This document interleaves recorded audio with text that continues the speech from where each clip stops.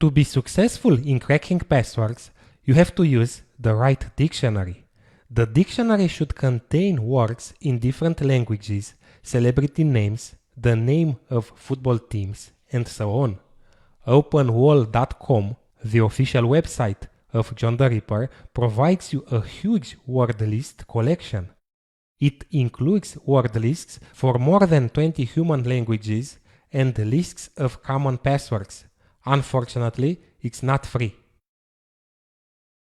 However, you can find many free word lists on the internet. Let's move on and see how to combine more dictionary files into a single one. I'll download a text file from skullsecurity.org that contains the 500 worst passwords. This is the file. I'm copying the URL, and on Kali, I'm downloading it using wget. I'm pasting the URL. Okay, this is the file. The next step is to concatenate this new file to the existing dictionary files. Like this. Cat, this file, and the other dictionary files. For example, USR, share, John, and password.lst. The output redirection to greater signs I'll append to the end of the file my dict, for example, .txt. I have combined these two files into a single file.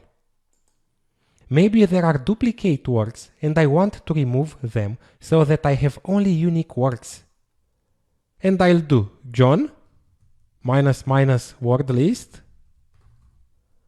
equals the name of the file, my dict.txt, -- stdout, pipe, a vertical bar, unique, and the name of the file that will contain the unique words. Let's say my dictionary.txt.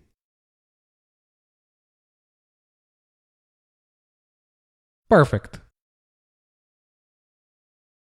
There are 3,625 unique words. It's not a big list anyway. Now I can start John again, this time using the dictionary file. I've already shown you, so you know how to do it. Let's move on and see other options and ways of executing John.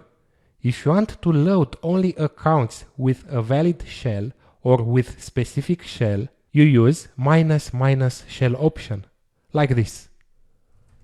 John -- word list equals and the name of the file, -- rules, -- shell equals and the shells with a comma between them. Let's say bash and sh. And the file that contains the hashes of the passwords. Unshadowed.txt. It's in the same directory. This file is in the current working directory. Okay, it's running. I'm stopping John. I want to show you other examples. The -- users option allows you to filter a few accounts for cracking. For example, the same command, and instead of -- shell option, I'll use -- users equals, let's say admin, Mark. It will try to crack only the passwords of admin and Mark. And it didn't find any password. A dash before the list of the users can be used to invert the crack. Or load all the users that aren't listed. Like this. -root, admin.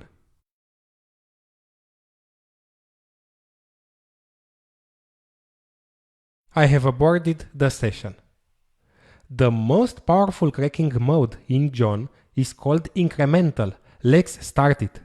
John -- incremental. You can also use only -i and the password file.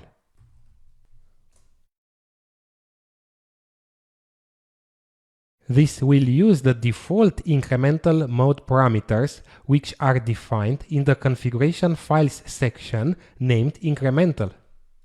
Let's see the configuration file of John. This is john.conf in etc John. Let's take a look there.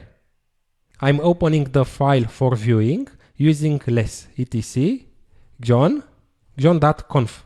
This is the configuration file of John the Ripper.